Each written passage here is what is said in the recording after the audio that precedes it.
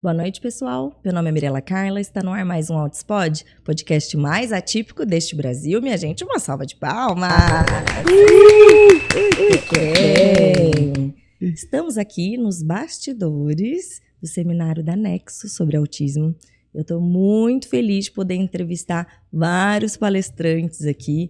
Então, a gente pensar assim num evento, né, científico, um evento acadêmico e poder estar aqui e trazer um pouquinho disso para vocês. Vamos dar uma olhadinha no que está acontecendo.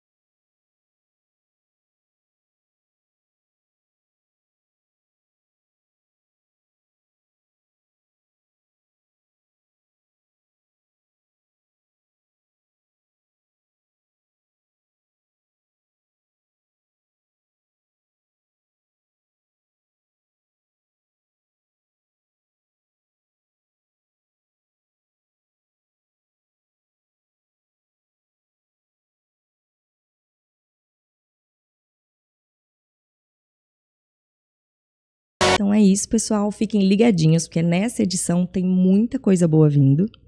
E, aliás, o tema de hoje é um tema muito importante. Tanto para mãe, pai, cuidadores, né, para a gente avaliar, para a gente se ligar, né, quanto para profissionais. Então, você aí que tem clínica, que gerencia equipe, esse episódio é muito importante para você. Então, aliás, já compartilha, já manda o link, já deixa o seu like, se inscreve também no canal, que isso é muito importante para a gente. Mas repassa para o máximo de pessoas que vocês conhecerem, a clínica que você frequenta, profissional que atende a sua criança ou sua família, né? Porque são reflexões muito importantes que a gente vai trazer aqui. O tema são sobre indicadores de qualidade na terapia ABA. E aí?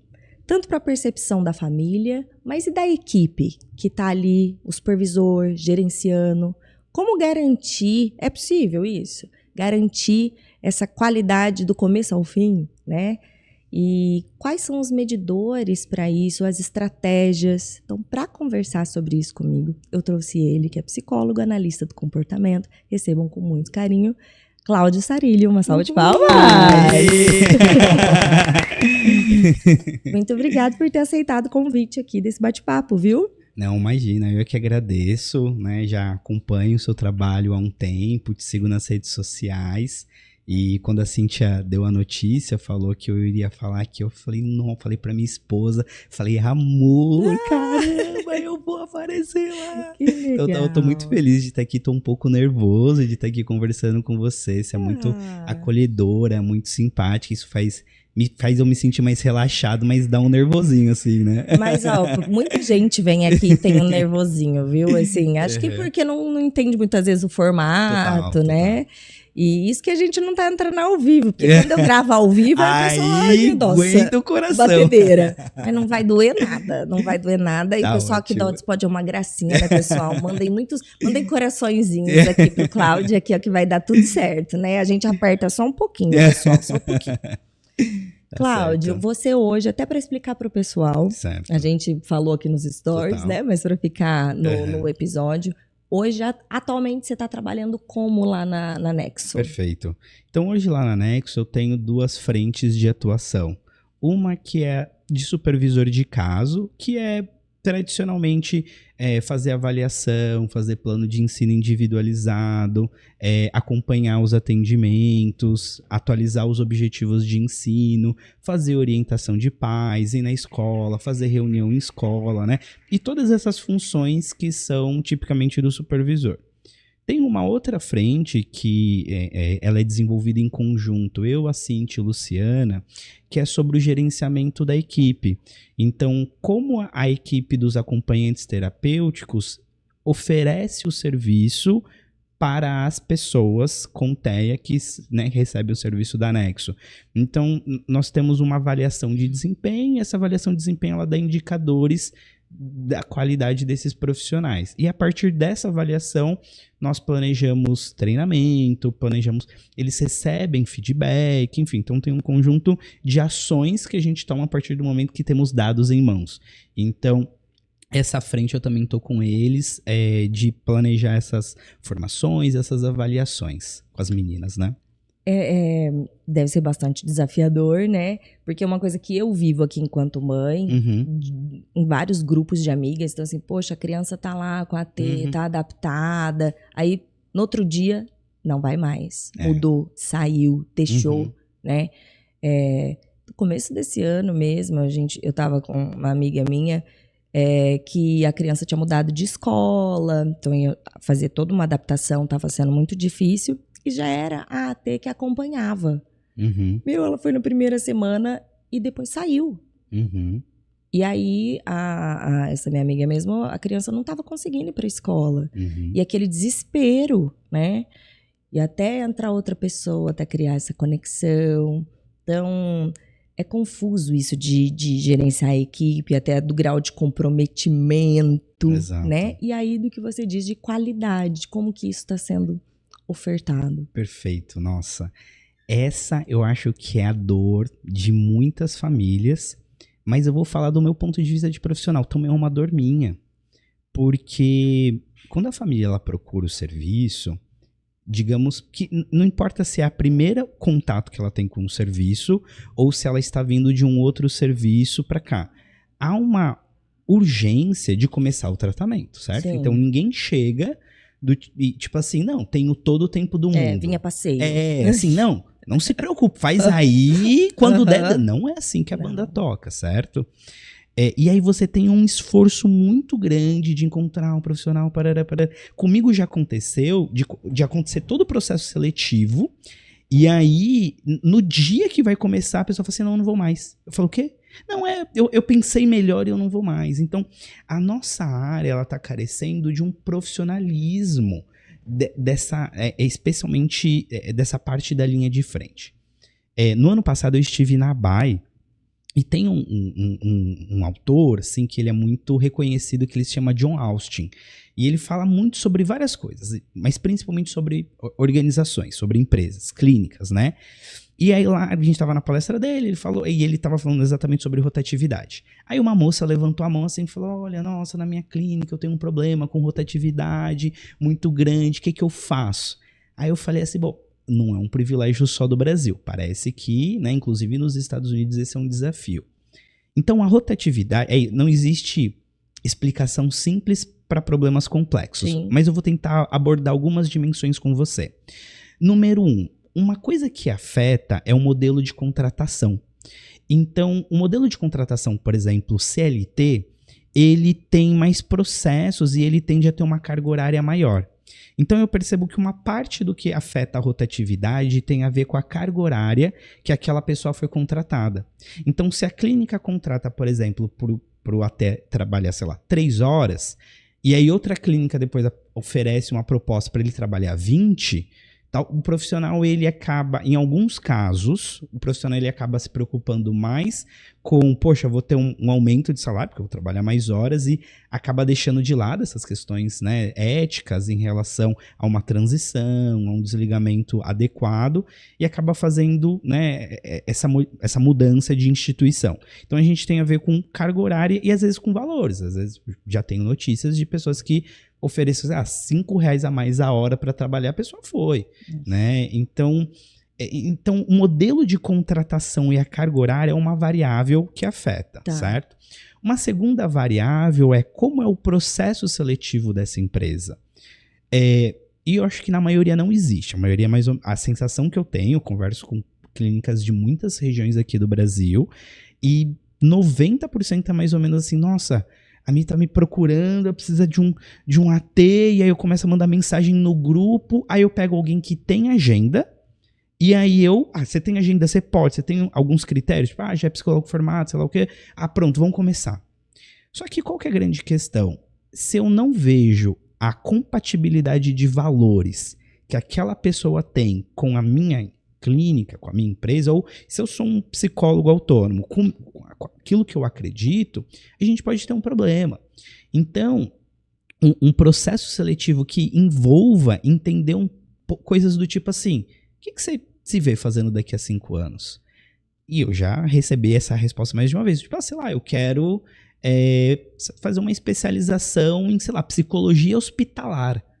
Tipo, ela não quer estar nessa área, então ela não vai ficar. Ela não vai ficar. Então a gente precisa ter ferramentas de entrevistas para entender o quanto que aquela pessoa, de fato, tem um perfil para atender aquela pessoa, né? Aquele indivíduo com TEA. Só que isso também tem um outro desafio, porque isso leva um tempo, né? E o tempo, como a gente falou no começo, ele é o nosso inimigo em algumas situações, né? Sim. Então a clínica, um possível indicador de qualidade qual que é o turnover da minha empresa? Quantas pessoas saem? Porque algum nível de rotatividade vai ter, porque nós estamos falando de profissionais muitas vezes que é o primeiro emprego, profissionais que muitas vezes estão na faculdade, ou por exemplo, como o autismo tem uma procura muito grande, né?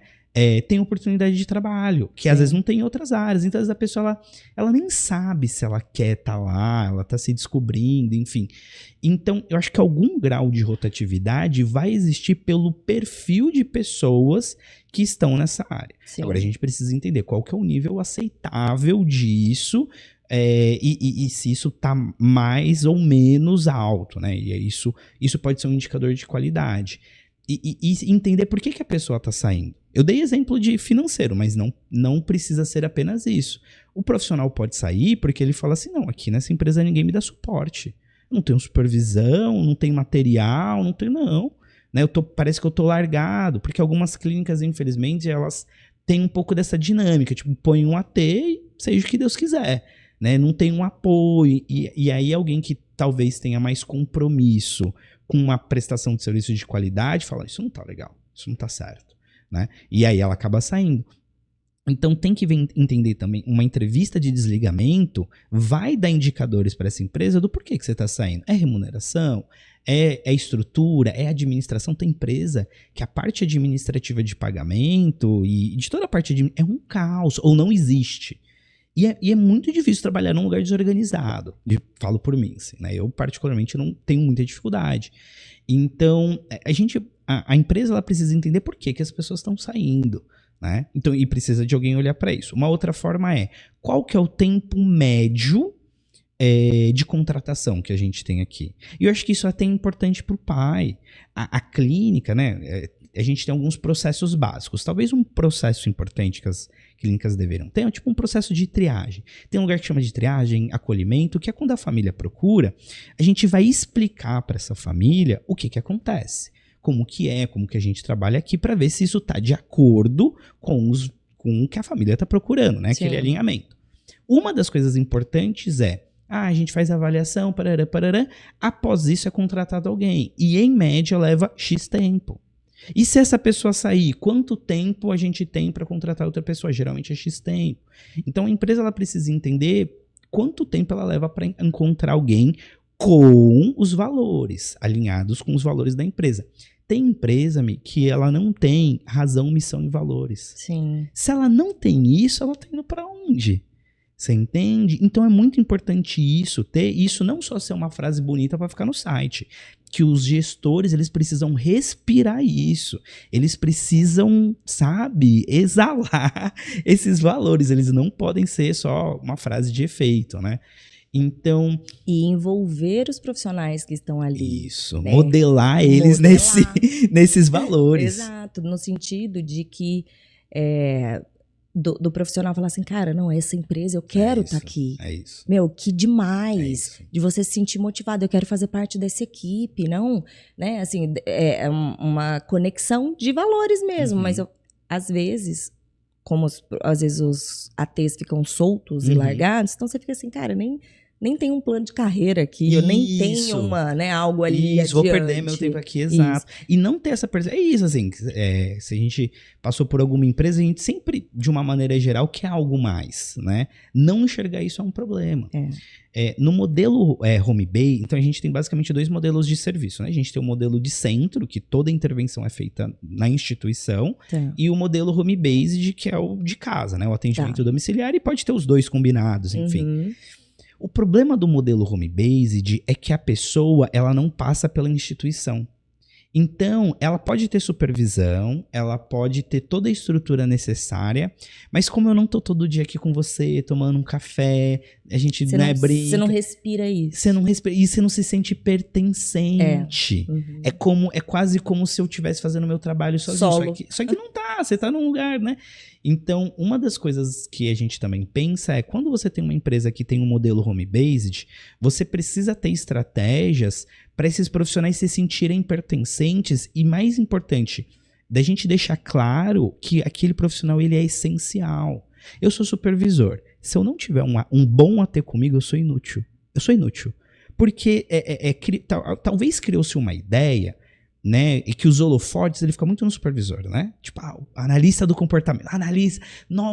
Mas a bem da verdade não tem um trabalho mais importante. Não.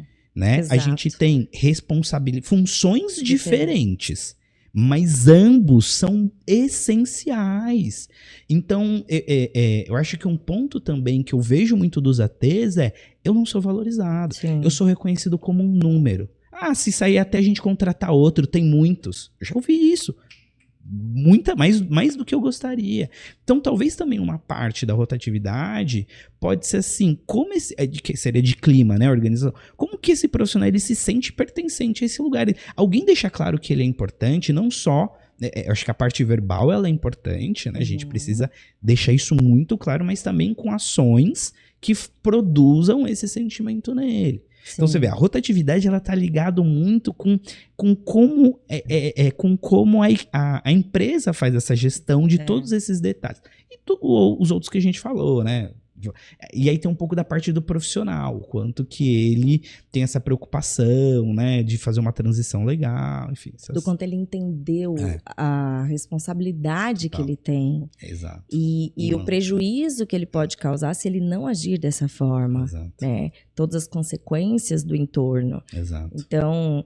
É muito assim de transparência, né? De ser muito assertivo, muita clareza. Exato. E eu achei interessante você dizer sobre o processo de desligamento. Acho que muita gente... Assim, não é legal demitir ninguém, ou dispensar, ou enfim. Só que eu penso que as pessoas evitam, e é uma oportunidade muito interessante, daquela pessoa que está sendo desligada, você falar, tá bom, então agora você não está mais aqui, eu quero que você me fale o que você... enxerga de errado aqui. Porque, ela nem tem mais nada a perder, ela já nem tá mais ali. E eu acho um feedback valioso, porque às vezes vai estar ali no meio e vai te dar percepções que você talvez não consiga ter. Exato. Então, eu queria, olha, se você puder me auxiliar com isso, né? O que você acha que aqui que não tá funcionando, que poderia ser diferente? O feedback do desligamento. É muito importante. Ele é muito importante, né? Porque às vezes, sei lá, se você tem uma equipe grande, você tem um monte de gente, às vezes fica com picuinha, às vezes fica com, né? Fofoca, né? Assim. E aí ali é um bom momento. Claro que a gente vai filtrar, não é porque falou, então é tudo verdade. Sempre não é filtro, isso. Sempre um filtro, total. Mas eu acho uma oportunidade muito assim de ter total sinceridade, porque às vezes durante a contratação pode haver de você não ter total liberdade de dizer, né? Ou falar o que o entrevistador quer ouvir, né? É isso. Mas no desligamento, não. E eu acho, processo de desligamento, eu acho muito importante.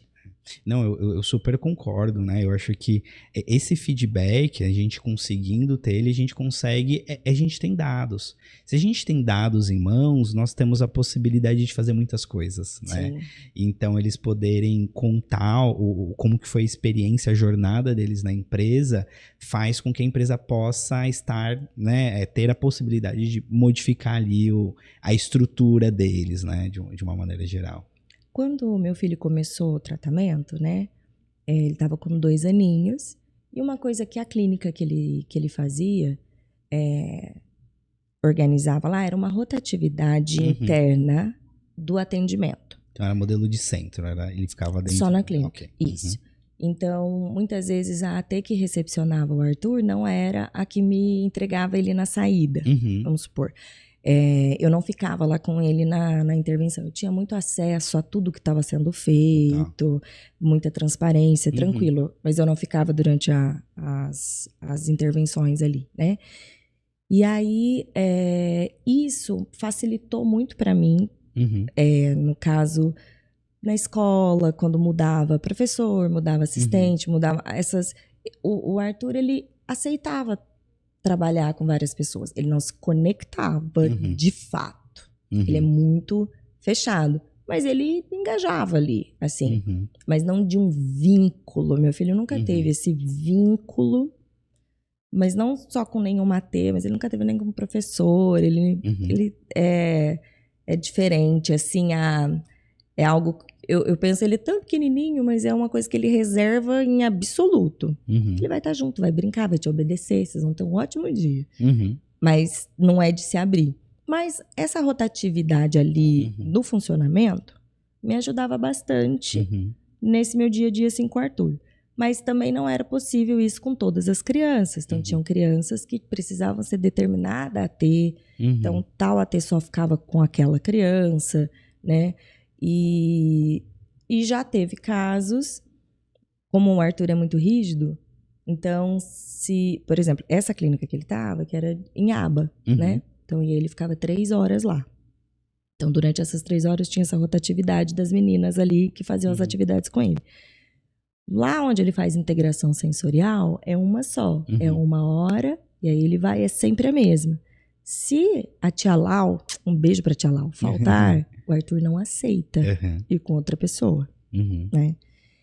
Então, ele tem o vínculo, mas ele tem muito da rigidez. Não, é com ela, não vou fazer com você. Inclusive, até sessões em grupo de atividades, quando faziam e tinham outros ATs de outros amiguinhos, até mesmo pra ele dar moral pro outro AT que tá ali, é um pouco difícil. Tipo, não. Tinha que ser conquistado. Entendeu? Então, como que você vê isso, por exemplo? Então, ser só um AT para ficar com aquela pessoa, ou se é legal, né, rodiziar, ou de cada caso, né?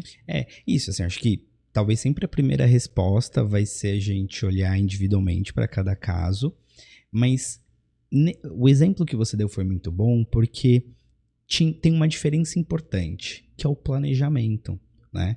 Que uma coisa é eu planejar uma mudança de profissionais com aquele indivíduo, né, de maneira que aquilo não seja aversivo para ele, visando que na vida pessoas morrem, a gente muda de professor, eu mudo de escola, meus amigos saem da escola, então a despedida daquela pessoa que está comigo faz parte de um ciclo natural da vida. Isso feito com planejamento, que é o que você exemplificou, é muito bom. Agora, quando isso ocorre sem um planejamento, que é o caso do AT que ia um dia, né? Tá lá há 3 anos, no dia seguinte ele não aparece mais, a gente tem relato de crianças que falam que ela desenvolveu uma dificuldade de confiar no outro, porque era assim, a outra pessoa que vinha me abandonou, sabe? Me deixou aqui sozinho, não se despediu de mim. Então, quando isso não é planejado, o que tem potencial de ser saudável pode se tornar traumático para aquele indivíduo. Porque uma pessoa que você desenvolve um relacionamento, né? Sei lá, imagina uma pessoa que você ama muito, um dia sumir. Você entende? É péssimo para as relações, né? Então, eu acho que quando essa mudança ela passa por esse planejamento, eu só vejo coisas boas, né, dessa possibilidade. Diferente quando ela é feita de maneira... sem planejar, né? Deus dará. Aconteceu, lide com isso. Não. Você não autista, assim. lide com essa imprevisibilidade. Não, né? não, isso não tem, né? Então, acho que o planejamento é sempre o sucesso para aquilo ser efetivo, né? Quando a gente falando de indicadores de qualidade, né? E aí até assim nas perspectivas dos pais, para entender se tá tudo certo o que tá acontecendo ali. Esses tópicos que você disse, isso é muito importante da gente observar, viu, pais? Dessa clínica, essa equipe, como é que é essa rotatividade da equipe? Ninguém para ali?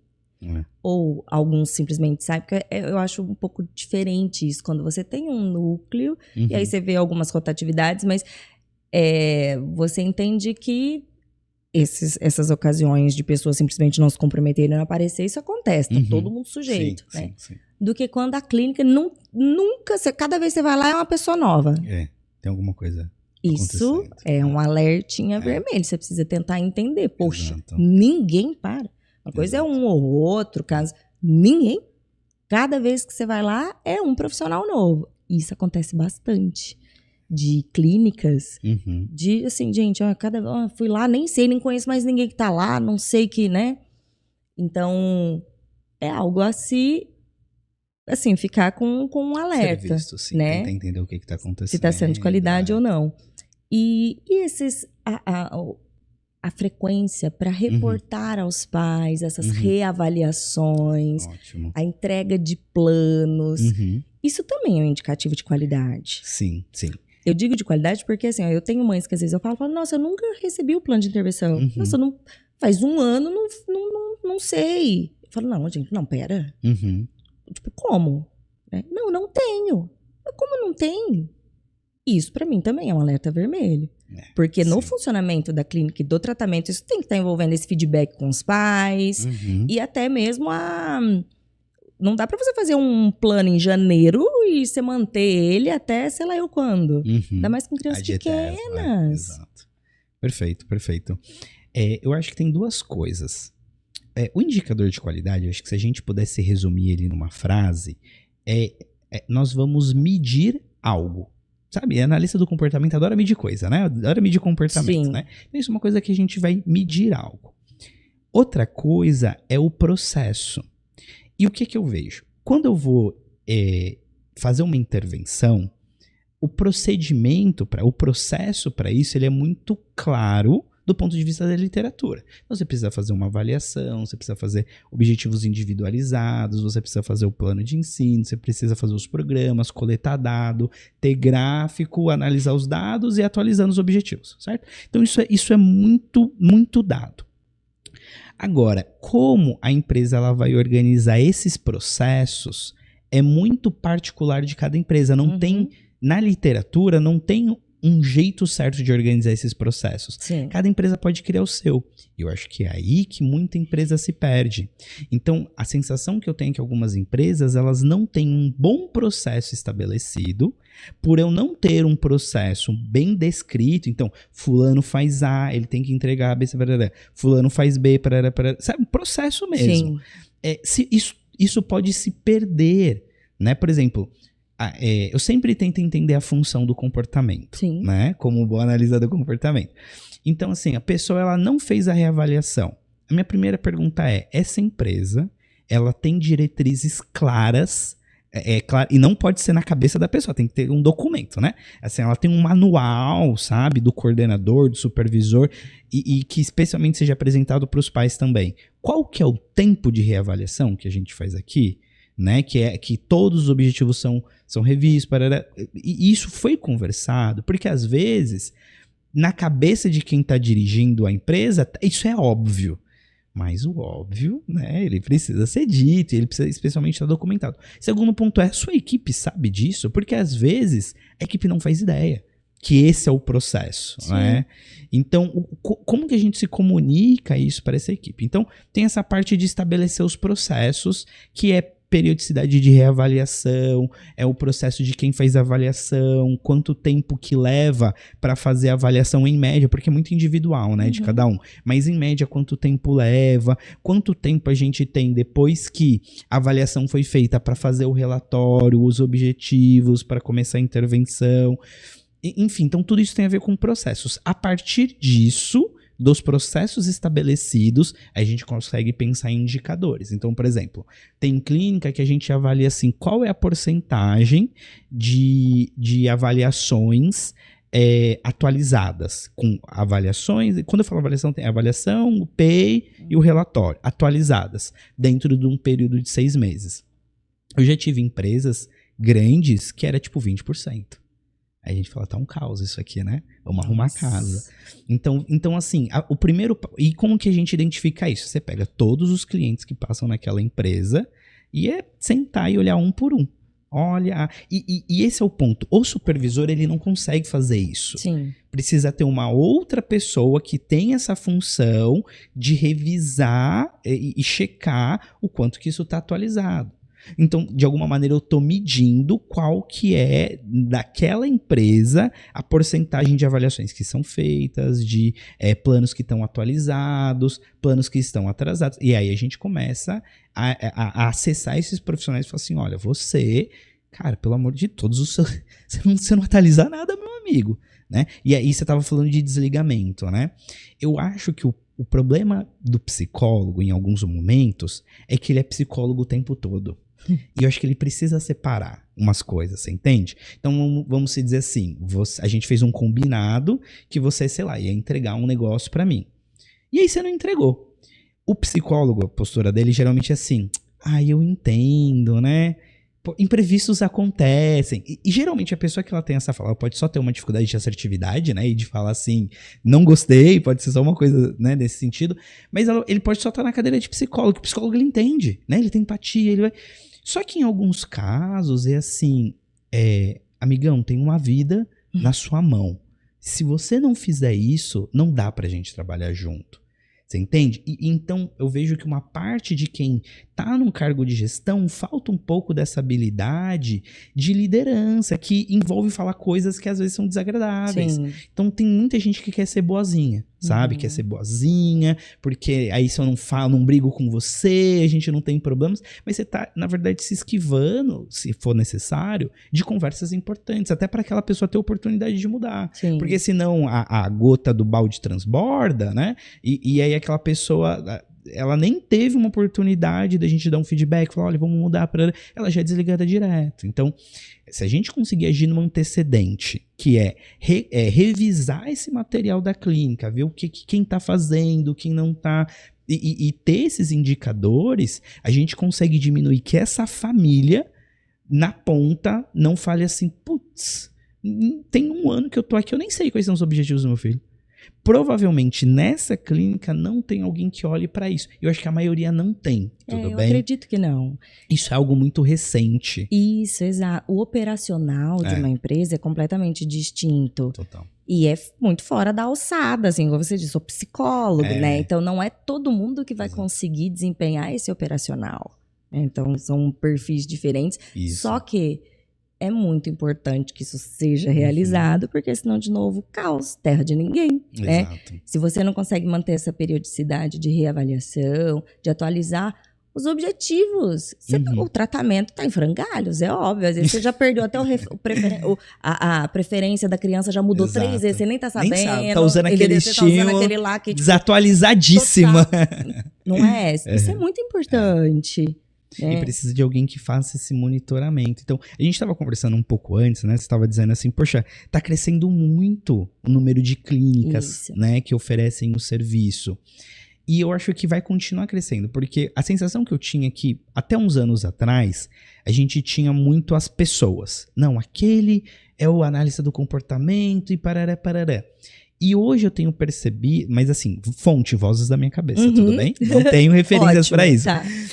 Fonte Arial 12, a que a Tabata falando, né? Fonte Arial 12. E agora, as clínicas, as pessoas estão procurando mais a clínica, porque lá, geralmente, tem uma estrutura maior e melhor do que eu individualmente teria. Só que não vai ter como falar de crescimento sem ter essa... olhar para o cliente é muito importante, você entende? Então, para a pessoa contar. Então, o supervisor que está lá, fazer toda essa parte de avaliação.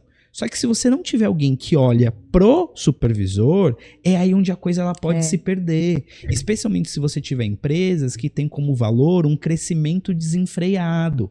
Né? Se você tem um crescimento desenfreado, a chance disso se perder é muito fácil, porque uma coisa é você controlar quando você tem 10 crianças. Não é difícil. Outra coisa é quando você tem 100. Outra coisa é quando você tem 200, 300. Então, cada vez mais essa função, ela vai precisar que as clínicas olhem, porque senão desmorona, vira a Torre de Babel, a coisa cresce, faz blum. E Não desmorona, consegue. porque a insatisfação das famílias vai ficar muito alta por conta desses processos, desses indicadores de qualidade. Então, a satisfação da família também é um indicador de qualidade muito importante. Legal. Isso quer dizer, satisfação da família é um grande indicador de qualidade, né? Super. Porque eu vou te falar, quando eu gravando, né? Eu vou conhecendo muitos profissionais. E aí ontem foi até engraçado que a Laila falou, qual que é seu termômetro, assim, pra saber daquela clínica, daquele profissional, aquela pessoa, aquele tratamento? Eu falei, meu termômetro são as mães. Uhum. Falei, meu papo é com mãe. Então, assim, não sei, às vezes eu vou, parece tudo muito bonito, parece tudo muito legal, né? Mas aí é ali na espreita que eu vou conversando com as famílias. Como que tá? Como que tá sendo? Seu acolhimento? Tá se sentindo bem? O que você tem sentido disso? Né? Seu filho tá feliz aqui? Aí eu vou conversa aqui, conversa ali, né? Então, o meu termômetro maior é a satisfação das famílias. É ali que eu entendo assim, cara, que legal que estão fazendo aqui. Não foi por todo o processo que me explicaram o que é feito, mas pelo feedback das famílias. Se isso realmente acontece, Se né? isso realmente acontece. Então, porque no papel, às vezes, é muito lindo. Às vezes, até um plano de intervenção é maravilhoso no papel. E a execução dele é pífia, entendeu? Então, entender essa relevância de manter essa qualidade, a satisfação das famílias que estão ali, isso é muito importante. Porque aqueles que forem saindo, vai falar torta e direito, exato. né? E a gente tem muito disso, de trocar essas informações. Então, o meu meio, onde eu busco, são mães. Exato. Cara, o que você tem para me falar daquela clínica? Exato. O que você tem para me falar daquele atendimento? Qual foi a sua impressão? Como você se sentiu? Total, a gente tá o tempo inteiro se falando, né? Porque é o que vai me dar o norte. Exato. E o ponto é, tem ferramentas que as clínicas podem ter para avaliar a satisfação dos familiares. Tem. Então, a tese de doutorado da Luciana Coultre foi essa pergunta. O que faz com que uma família se vincule a um serviço e se mantenha? E olha que interessante, uma primeira escolha que eles fazem tem a ver com algum currículo, né? Se a pessoa é formada, qualificada. Mas não é isso que determina a permanência. Não é. O que determina a permanência é o quanto você me ouve. É o quanto, quando as minhas necessidades, enquanto mãe, né, são atendidas por você. É isso que faz com que eu me mantenha. Então, e é isso, né? Lá pelas tantas, eu falo, não importa, você pode ter doutorado, eu não ligo para isso. Eu só quero alguém que me ouça e alguém que me ajude efetivamente a trazer uma qualidade de vida melhor para o meu filho, né? Então, essa parte do ouvir, ela é muito importante. E aí tem um artigo, que uma das autoras é a Linda Leblanc e tal, e eles têm um questionário muito legal, que é para as famílias responderem, né? E eu traduzi esse, que é uma tradução, não é oficial, né? Mas eu fiz uma tradução pra gente avaliar numa clínica que eu trabalhava. E eu mandei pros pais. E olha que interessante, o questionário ele é dividido em 3 grandes áreas. A gente tem as habilidades técnicas, nós temos as habilidades de soft skills, né? De comunicação, enfim, de conversa, de organização, etc. E habilidade de compaixão e empatia. Dessa clínica que eu tô te dizendo, 100% dos familiares, eram tipo muitas famílias, assim, eram 150, 200, não questionaram nada do ponto de vista técnico. Só que naquela empresa tinha muito problema entre os terapeutas e as famílias, muito. Aí a primeira coisa, bom, não é uma questão técnica, né? Uma outra questão. O que pegava? Uma das perguntas que eu achava muito legal do questionário é assim, o supervisor, né? Ele me ajuda, mesmo quando nós discordamos de um ponto. Eu vou te dar um exemplo meio polêmico aí, mas vamos nessa, né? Adoro. Aí a família fala assim, eu quero fazer o desfraude. queria muito fazer o desfraude. Aí o terapeuta falou assim, putz, mas não tá no momento, não tá, né? A gente ainda precisa trabalhar A, B, C e D, por exemplo, né? Poxa, mas é que pra mim eu queria muito fazer isso nesse momento. Fazer o desfraude, vamos dizer, cada caso precisaria ser visto com cuidado, mas não é uma coisa que você vai pôr em risco a vida daquele indivíduo. Né? Algumas escolhas feitas fora de época, de um momento adequado, você pode colocar em risco e a gente tem um problema ético. O desfraude não é um deles, né? Então falou, olha, tudo bem, os riscos da gente fazer o desfraude nesse momento são esses. Tudo bem pra você? Tudo, então bora. Então vamos, né? Então, por quê? Eu ouvi o que você falou e eu entendi que isso é importante e eu como profissional falo, olha, tem esses riscos e eles são aceitáveis, né? Digamos assim. Para você também são, porque, sei lá, pode levar, né, um X tempo, pode ser que ele desenvolva esse hábito, pode ser que tal coisa aconteça, né? Não, faz sentido, então vamos. Então eu e você, mesmo que eu não concorde com a sua sugestão, a gente caminha junto. E isso foi a pergunta que mais teve um problema. Porque uma prática baseada em evidência, ela tem 3 pilares. Melhor evidência disponível, qual que é a minha perícia, né, a minha formação, a minha qualificação e quais são os valores daquela família. E frequentemente eu vejo muita análise do comportamento muito apegada à parte técnica. Só que esse é um pilar da prática baseada em evidência. Porque se eu estou te propondo uma estratégia que vai contra os seus valores, isso não é uma prática baseada em evidência, tampouco o código de ética do psicólogo e tampouco ali o código de ética do analista do comportamento. Então, as perguntas que tiveram mais problemas foram essas, foram de soft skills. Uma outra pergunta que deu muito baixa. O supervisor, ele reconhece que o meu filho está avançando ou ele só reconhece os problemas, os desafios? Esse também dá muito problema, porque às vezes parece que o psicólogo, ali, o analista de comportamento, enfim, ele tem uma coisa que ele só acha problema. Não, porque isso precisa melhorar, isso parará. E é importante em uma certa medida. Mas igualmente importante é a gente conversar com essa família sobre todos os avanços e a conquista que aquele indivíduo teve. Né? Então, essa costura, né? Então, e isso passa pela satisfação do pai. Porque imagina, né, você sentar todo dia com um cara que vai falar, não tá, não, ai, olha, foi tão difícil com o João. Pelo amor de Deus, não dá, não tem cabimento, né? Então, dá para avaliar a satisfação dos familiares, tem instrumentos validados na literatura para isso, e é um questionário, um questionário. Sabe? Muito legal você ter falado isso, assim, e aí 2 pontos. Que quando, de fato, aquela família fideliza em algum lugar, também acho que realmente não sejam as questões técnicas, porque eu penso que pessoas conectam com pessoas. Eu acho que essa tem que ser a frase da nossa vida. Pessoas conectam com pessoas. Não é sobre ser bonzinho, ser legalzinho, isso, passar a mão na cabeça do pai. Total. Porque se a gente... Não adianta ser simpático comigo e eu continuo vivenciando aquele problema com a minha criança. Exato. Então, assim, eu tô dispensando sua simpatia, não é sobre, né?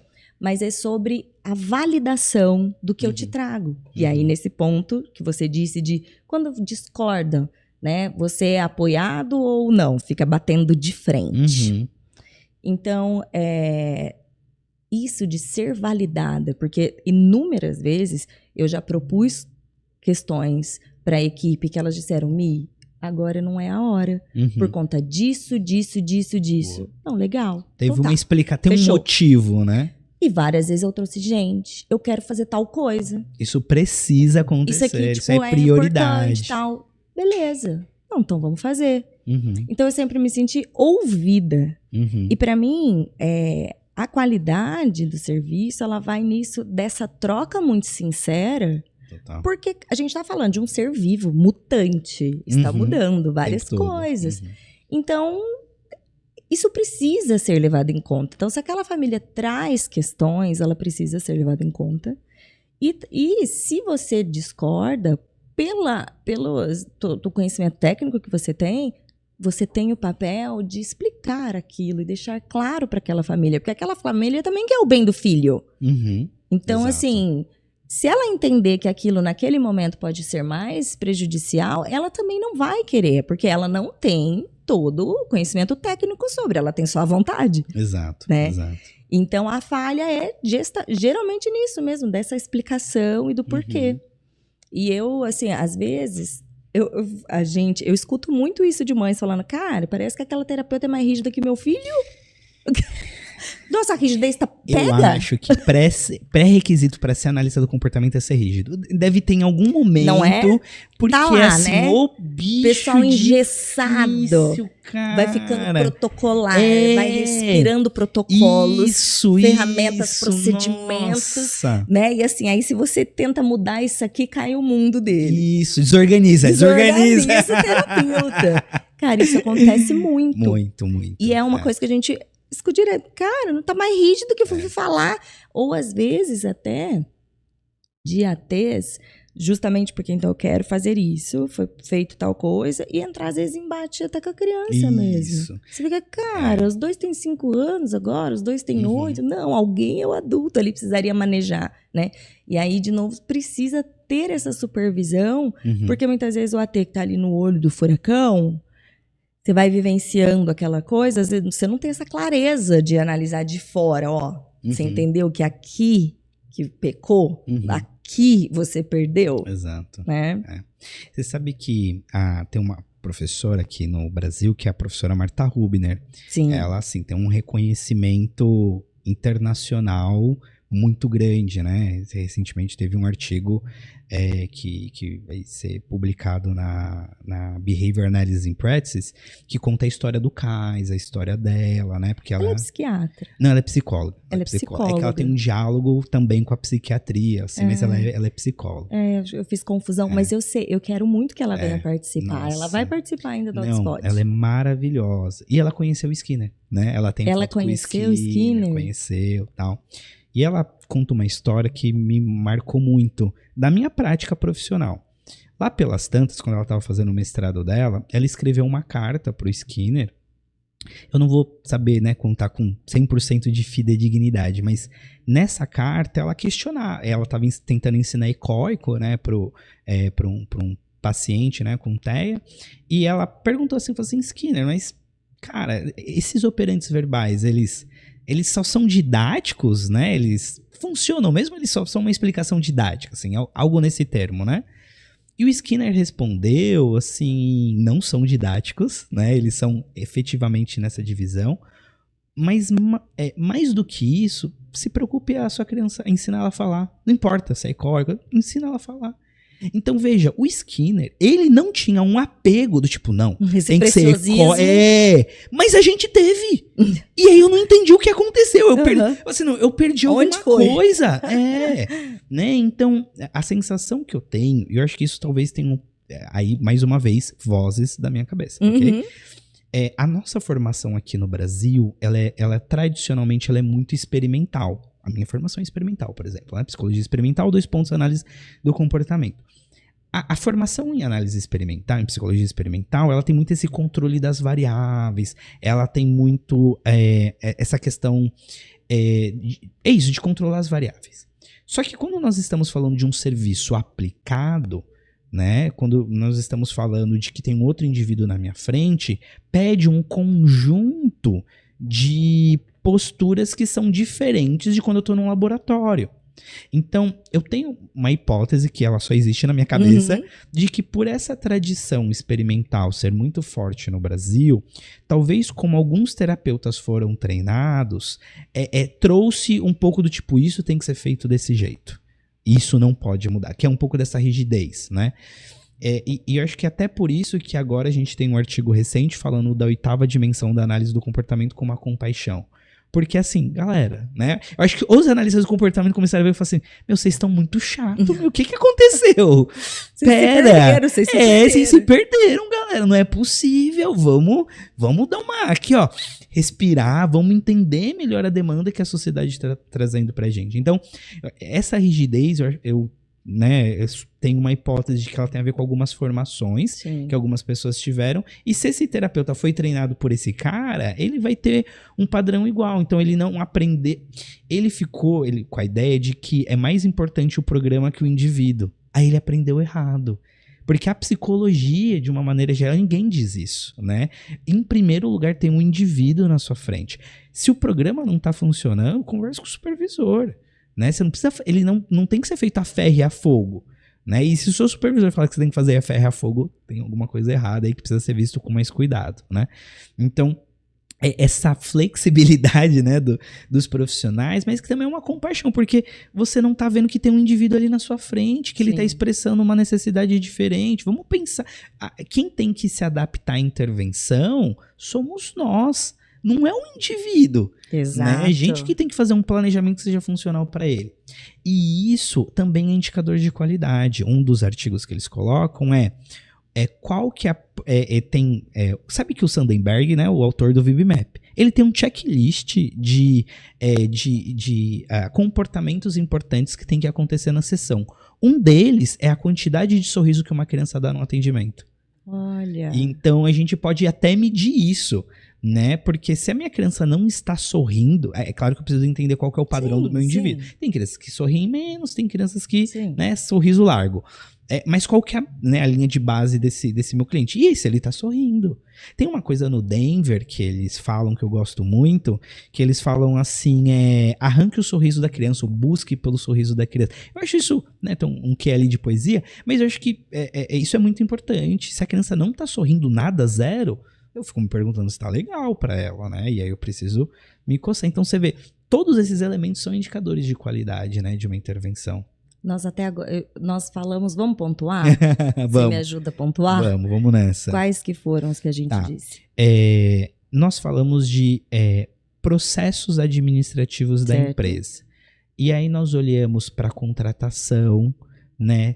Um indicador. Então, que dentro de contratação tem muitas coisas. Então, a gente tem rotatividade, né? Quantas pessoas saem por mês, né, da minha clínica. Eu quero diminuir isso, tá um número aceitável. Dentro da parte administrativa, nós também falamos sobre os processos, né? Então, as avaliações, elas estão em dia, os pais estão recebendo essa avaliação, qual que é a porcentagem de famílias que estão com tudo em dia, né? Com avaliação, programas, parará. Isso é um indicador de qualidade. É que tem um pé na clínica e tem um pé nessa parte mais operacional, né? Sim. Nós também falamos de como a clínica faz com que aquele terapeuta se sinta pertencente àquele lugar. Porque isso afeta a rotatividade. Um outro possível... Aqui tem mais a ver com processo, não, né? Mas é importante. E um processo seletivo que tem uma entrevista mínima ali para entender se a pessoa tem os valores alinhados com a sua empresa, alinhados com aquela família. Você entende? Então, uma vez uma menina, ela era protestante e ela foi fazer um serviço em uma família que era da Umbanda. E por conta das imagens, de algumas coisas, ela se sentiu profundamente incomodada. Eu nunca tinha parado para pensar nisso, de checar a questão religiosa. Pra família não era um problema, entendeu? Mas pra terapeuta foi, né? Então, de checar, olha, a família, né, tem esses valores, né? Enfim, daí se mete. Então, uma entrevista, ela também, né, cobriria isso. Então, essa é um grande indicador de qualidade, que é uma dor muito grande aqui do Brasil e fora do Brasil, é toda essa parte, né, que envolve os profissionais. Nós falamos de satisfação do ponto de vista das famílias também, né? Então, o quanto que as famílias... e aí a gente tem dimensões dessa satisfação. Tem a satisfação do ponto de vista técnico, tipo, esse cara, ele sabe o que ele tá falando? Porque às vezes a pessoa não sabe muito bem, né? Sim. E aí passa uma insegurança pra gente. Muita. Mas mais do que questões técnicas, ele me ouve? Ele tá disposto a pensar junto comigo em soluções para os desafios que eu estou enfrentando? Porque quem está enfrentando sou eu. É fácil falar que não dá para fazer o desfraude. Difícil é você viver o que eu vivo lá na minha casa 24 horas. Exato. Né? Então, e tem questionários, já tem tecnologias de análise de comportamento para avaliar essa satisfação. E a gente poderia falar satisfação da equipe, a gente falou da entrevista de desligamento, né? A gente pode também ter periodicamente avaliações, essa pergunta que você falou, né? O que você acha que precisa ser melhorado? Ela pode ser feita trimestralmente. Fala assim, o que tá bom, né? O que precisa ser melhorado e qual que é a sua sugestão. Porque falar do problema também é fácil. Eu gosto de...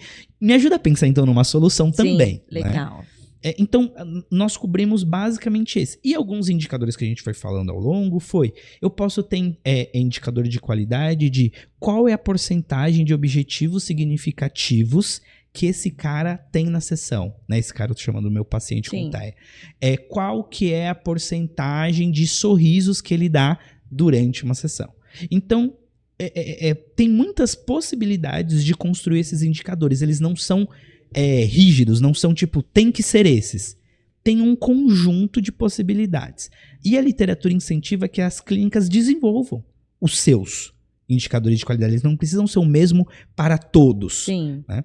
Então, basicamente, a gente foi falando, acho que desses grandes pilares aí. Não sei se eu resumi bem. Super. Não, era meu medo era eu deixar passar alguma coisa. E aí, até sobre desses processos avaliativos da equipe, tem muita gente que tem muita dificuldade de receber um feedback negativo. Sim. Super, exato. Então, a avaliação, eu não me sinto muito confortável, às vezes, respondendo, sabe? Assim, eu acho super importante, tô dizendo, mas porque eu, às vezes, deixa quieto, não vou criar problema, tá ficando ali com meu filho, sabe? Tipo, tá.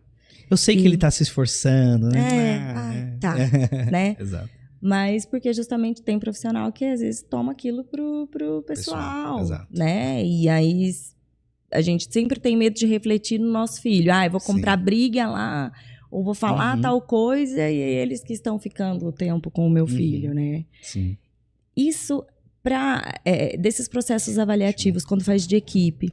E aí também para o supervisor, e como tem isso também, para o supervisor ter um feedback, ele tem, né? Com certeza. Porque a avaliação do supervisor é aquilo. Ele tá fazendo a supervisão com o terapeuta? Ou ele tá tipo mestre dos magos? Mestre dos magos, só quem 30 mais vai pegar essa referência, né? É mestre dos magos. Super. Chega e desaparece, Sim. Né? Ele tá cumprindo com as responsabilidades da qual ele foi designado.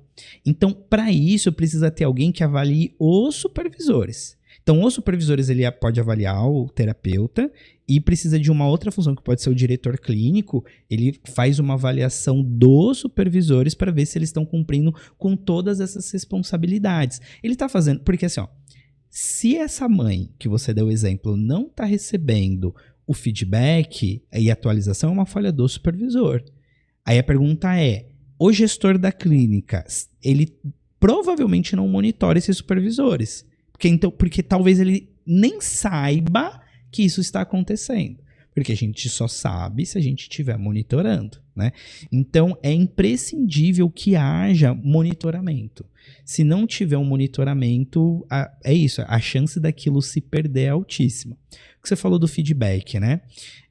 Nós estamos nesse momento na Nexo, rolou todo esse processo de avaliação de desempenho e tal, pessoas com desempenho muito aquém, pessoas com excelente desempenho. Dar um feedback de excelente desempenho é muito fácil, né? Super. Mas uma coisa que a gente vai precisar trabalhar vai ser isso, a gente tem falado muito da soft skills, que é isso de dar feedback, receber feedback. Então a gente tem se preocupado muito como eu vou te abordar, como eu vou construir isso, mas que eu vou precisar dizer algumas coisas. E o brasileiro, a fama do brasileiro é que ele não é assertivo, né? E por isso que a gente acha que americano é grosso, que europeu é grosso, porque eles tendem a ser mais diretos, e a gente precisa dar aquela floreada. Mas eu acho que isso é um erro de uma certa maneira. Então, o supervisor, ele precisa desenvolver essa habilidade de falar o que precisa ser dito, sem atropelar, sem ser um trator, mas ele também não pode ter a síndrome do bonzinho. Porque o bonzinho, ele mais atrapalha do que ajuda. Totalmente. Eu particularmente, prefiro trabalhar com alguém que talvez a nossa sociedade chamaria de mais grosso, porque essa pessoa, ela te dá o papo reto. Ela fala, é isso, do jeito dela. Ela fala, é isso. É excelente, porque aí você entende. Fala assim, vamos resolver então? Sim. A pessoa, o bonzinho, ele fica, não, então. Ai, mas sabe o que é? E aí você... o que é? Não sei o que é, né? Enfim, então é importante que o supervisor desenvolva essa habilidade de, com compaixão, com um profundo respeito a quem é aquele profissional, porque o feedback de correção, eu não tô dizendo que você é um profissional ruim. Eu tô dizendo assim, este comportamento que você teve não está alinhado com XPTO. Então nós precisamos mudar. Né? Eu não tô dizendo que você... É que algumas pessoas, elas ouvem isso, né? Você é uma pessoa ruim. Não, não é. Acho que historicamente, avaliações, elas foram seguidas de punição. Na minha história de vida era isso, assim, prova na escola, Sim. nota baixa, chicote estralava em casa, né? Então, até hoje pra mim é um pouco ansiogênico, mas se você tá num lugar que você se sente seguro, essa dor da sua história de vida, de uma avaliação que foi seguida de punição, ela pode ser ressignificada. Sim. Você pode construir uma nova história naquele lugar. Então, a clínica, ela precisa construir essa cultura de dar feedback, porque isso é uma cultura profissional. E muitas vezes as clínicas ABAs, elas ficam muito numa informalidade. Falta profissionalismo. Profissionalismo nesse sentido. Qualquer lugar que se preze, você vai receber um feedback. Isso não é coisa mais... Isso, né? É a coisa mais... É o beabá. O beabá, é o básico. Só que como muitas pessoas, é o primeiro emprego delas, vem aquela ideia do tipo, o feedback depois passa na Marcelinha pra gente conversar. Tipo, você é desligado, você é demitido, né? Sim. Enfim, então eu acho que é importante ter essa cultura e isso precisa ser aprendido. Tanto da pessoa pra receber, mas o cara pra dar também. Porque se ele dá, dependendo de como ele dá o feedback, ele pode, enfim, criar um evento bem aversivo ali pro indivíduo, né? Perfeito. Cláudio, amei o nosso bate-papo. A gente deixou passar alguma coisa que você acha importante pontuar? Poxa, não, eu acho que a gente cobriu bem. Acho que cobriu bem. A gente cobriu todas as 9 áreas que a literatura fala como as mais importantes, né, em momentos ao longo da nossa conversa. Então, achei que foi bem bom.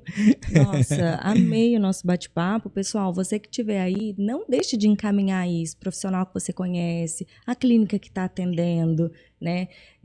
Para os estudantes, novos profissionais, porque são princípios e valores que precisam nos moldando, né? Exato. E que serão determinantes pro profissional que a gente vai ser. Exatamente, né? Exatamente. Não é só de boa vontade que fazemos um bom tratamento. Exato, né? exato. Então não é sobre isso, assim. Esses procedimentos, eles são muito importantes para garantir uma qualidade ali no final. Total. E eu acho que uma última coisa, assim, para encerrar, às vezes a leitura que eu faço da área, e isso é uma coisa muito particular do Cláudio, é que a nossa área, às vezes, ela é muito aversiva. Então, às vezes, a sensação que eu tenho é que ela sempre tá com o dedo apontado para dizer assim, você não é um bom profissional, ou você tá fazendo tudo errado. E esse discurso, ele me incomoda. O Skinner, ele tem uma frase que ele fala assim, uma falha nem sempre é um erro. Pode ser simplesmente o melhor que a gente pode fazer em uma dada circunstância. Então, se tudo isso que a gente conversou aqui, você fala assim, meu Deus, não tem nada disso onde eu trabalho, é um caos. Para, não, aqui em São Paulo, na onde eu moro na periferia, na Coab, né, cresci na Coab 2. Lá a gente fala assim, você tá na brisa errada. Não entra na brisa errada, cara. Sabe? Assim, que bom que você reconheceu que algumas coisas precisam ser melhoradas. Dá o primeiro passo, tudo bem? A gente... Tem uma frase de uma amiga que me marcou muito. Ela falou assim, nós temos muita evidência para uma realidade que não é a nossa. Prestar um serviço em aba não é simples, porque o Brasil ele tem uma realidade socioeconômica, sociocultural muito própria do nosso país. Então, que a gente possa se esforçar para dar o primeiro passo, mas sem esse lance de controle aversivo, de você tá fazendo tudo errado. Nossa, cara, vamos, né? Procura por ajuda, procura por um profissional da sua confiança e aos poucos vai refinando esse serviço, né? A Nexo existe há muitos anos, desde que eu era T, a Nexo existe e até hoje a gente encontra processos que precisam de melhoria. Então, as pessoas elas têm uma ilusão de que tipo, pronto, agora o serviço... Perfeito. Não, amigão, não acho que esse dia vai chegar. Mas se a gente tiver o compromisso de maneira consistente e melhorando esses processos, com o passar do tempo, isso vai ficando mais refinado e vai melhorando a qualidade do serviço, né? Eu acho que também uma mensagem de incentivo, Sim. não, né, de, enfim, que desestimulem as pessoas. Mas acho que, cara, dá trabalho, mas é possível, né? É possível. Ai, Cláudio, eu amei. Simplesmente assim, amei.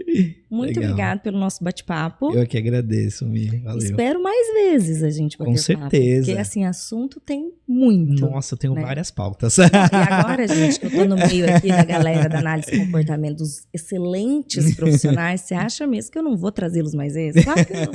Então você já fique ligadinho. Se você não se inscreveu no canal, já se inscreve, já deixa seu joinha, já compartilha. E até o próximo. Beijo, tchau, tchau. Tchau, tchau.